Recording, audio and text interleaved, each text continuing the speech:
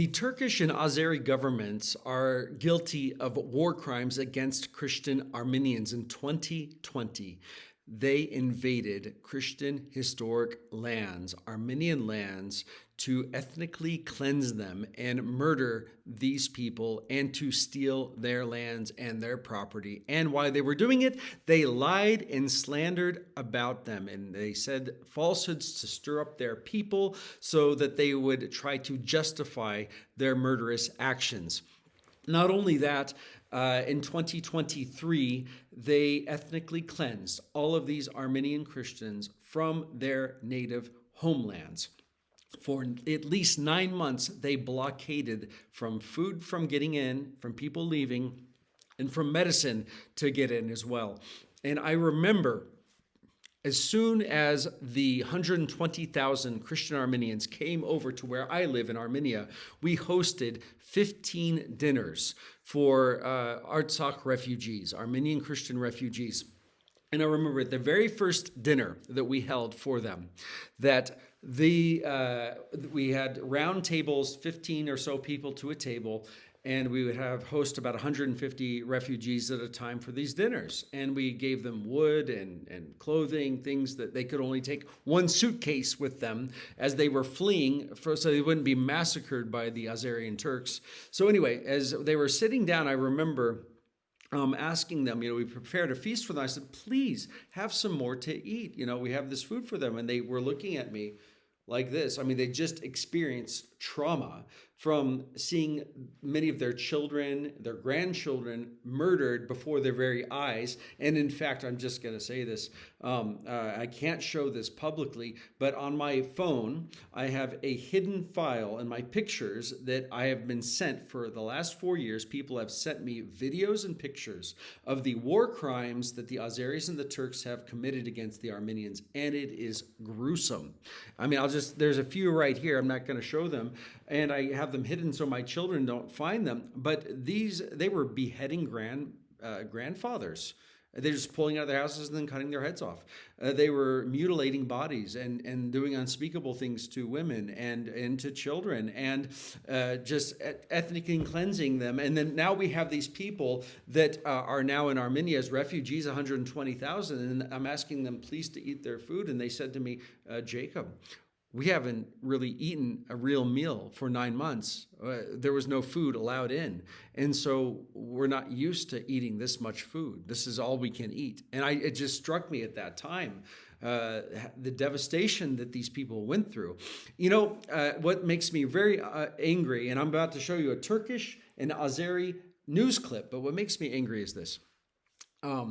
Let's just say that Yemen, Lebanon, Syria, Iran began to launch missiles into Israel, start carpet bombing Tel Aviv and Jerusalem, and then they brought their soldiers in. They started randomly shooting at people's houses. They started burning people to death, and they started to behead people. And then with their armies, they would tell all of Israel, you have a few days to leave or we're going to kill the rest of you. And then all of a sudden, all of these Israelis were forced to flee to, I don't know, say Jordan or another country. They had to get on boats at the Mediterranean and go to Cyprus. And then from Cyprus, they maybe went on to Greece or France or something like that. The world would be in arms. But here, the same thing happened to the Armenian Christians last year in 2023, and nobody did anything. They were literally, the Azeri and Turkish governments were carpet bombing in 2020, the towns, villages, and cities all over Armenia. Chuck Holton was there when it was happening. They were using illegal bombs, I forgot what they're called, cluster bombs in the cities, and killing and indiscriminately killing people. It's just exactly the way Hamas and Hezbollah has been doing to Israel. And then they ethnically cleanse all of them from their lands. And now the whole world is just sitting back and acting like it never happened. And these people are Christians. And the Christian brothers and sisters have done nothing about this to see that the Azeri and Turkish governments are brought to justice. What they did was committed a crime. Now, if this happened to Israel, the entire world would be up in arms. But because it happens to a country where not a lot of people know, Armenia, well, it's a really important country for Christians. From the year 301 AD, it's been a Christian nation, the very first Christian official nation in the world. So in church history, it's very important for all Christians. I'm from a Protestant background. It's very important for me. I love this country.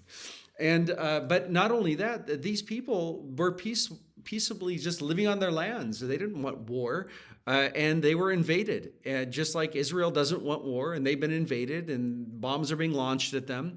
And but the whole world is focused on Israel, while the memory of Artsakh is not even, people don't even still know about what has happened a year ago. Well, I do, because I live here and I got to see it happen, and I got to see the aftermath, and we've done all we could to help. But my point is let me just show you the Azeris and the Turks right now. Their governments, their media stations are gloating over their so-called victory. Really? Like Turkey's got 86 million people. We have Azerbaijan has 10 million people, and this 96 million people are gloating over that they attacked a small developing country of 3 million people, and that they, especially Artsakh that had 120,000 people, and like that's some great victory. They're just a bunch of bullies, in my opinion. But here they are gloating, and they're showing their sin on TV. Let me just show you right now. I'm just going to play a few clips from this, and it's literally the Turkish, and the guy says the Turkish and the Azeris together as one people, are celebrating and did this great victory against the Armenians. Listen. İşte ne çabuk geçiyor değil mi zaman? Türkiye ile Azerbaycan tam bir kardeşlik, tam bir müttefiklik örneği gösterdi. We showed a great brotherhood and cooperation together to do this great work, Turkey and Azerbaijan. İşte o dünya devlerinin kışkırttığı Ermenistan'ı adeta püskürttü ve Azerbaycan'ın bu zaferinden sonra elde ettiği ganimetler vardı. Bakın So he's going to say, look, we have all of this loot now that we've stolen. Well, really, loot is something that you steal, right? Your house was looted. You go in somewhere and you loot something, you've stolen something, you've committed a crime. Now they have a park in Baku, Azerbaijan, which is called the Harbi Ganimetler Parkı, which is the military or war loot park. And now he's going to show pictures of this. This is just a few days ago, all right? O ganimetleri arkadaşlarımız bugün görüntüledi. Neler var, neler. Ooh, what do they have? What do they have? We're going to show you right now. Well, here we go. Let me just skip ahead a little bit so you can kind of see what they're displaying. And they're displaying hava savunma sistemleri ve silahlar. Different military pieces of equipment. When somebody's this is what's interesting is here they have this massive park in Baku. And they're displaying all of these things that they've stolen, and they're gloating and boasting over it. And, I've been to war museums all over the world, and I've never seen in a country where there was an actual just war, where they displayed the enemy's things like this. This is something that's just demonic. Look, the only place I've been there that I've seen that displays something like this is in Syria. I was at the War Museum in Syria years back, and they were super prideful and super happy that they had shot down an Israeli fighter jet, and about how they, got the pilot and they have the plane there, and they're so happy about it, and they're displaying all of the things that they've done, to the victories that they've had against Israel.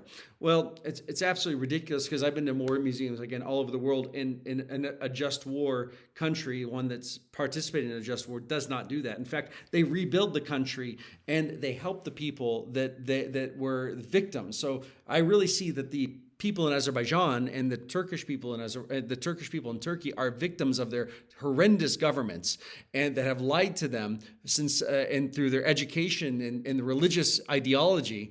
And so if Turkey and Azerbaijan was taken over, well, you would re-educate them with the truth, and you would help rebuild the country. You don't display that, oh, look how we killed all these people and took all of their things. Well, that's what Azerbaijan is doing. Bu askeri araçların tamamı Karabağ Savaşı Yeah. Azerbaycan askerlerinin ele geçirmiş olduğu tankların ve aynı zamanda askeri araçların Yeah, they're just showing all the stuff that they've enlarged the park.